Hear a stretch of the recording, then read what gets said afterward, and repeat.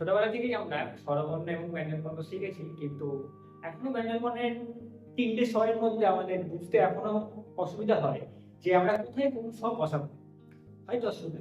তো চলো আজকে আমরা দেখে নেবো যে কোথায় কোন স্বর বসালে শব্দের মানে পরিবর্তন হয়। দেখো, ব্যঞ্জনবর্ণের তিনটে স্বর, এই একটা স্বর, এই একটা স্বর, এই একটা স্বর।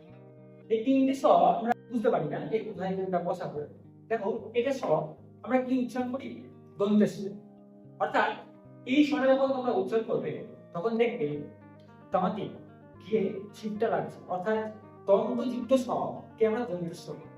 এবং এখানে যে স্বরটা আসবে এটাকে আমরা বলি তালব্য। তালব্য মানে যখন তালব্য উচ্চারণ করবো তখন দেখবে ছিটটা আমাদের গিয়ে তালুতে লাগছে, ওর জন্য এটা তালব্য। এবং এটাকে আমরা বলি মূর্ধন্য ষ, অর্থাৎ এর মধ্যেও কিন্তু স্বর যুক্ত রয়েছে। যখন মূর্ধন্য ষ উচ্চারণ করবে তখন দেখবে জিভটা আর একটু তালুর পেছনে গিয়ে লাগবে। এই তিনটে স্বর তিন জায়গায় বসলে আলাদা আলাদা মানে তৈরি হবে। কি মানে? দেখো, প্রথমে আমি কি লিখেছি? দন্তের স ব স। এই সব মানে তোমরা সকলে জানো, এই সব মানে সবাই এই অ্যাকচুয়ালি ব্যবহার করা হয়। এই সব, এই সবের মানে হলো মৃতদেহ।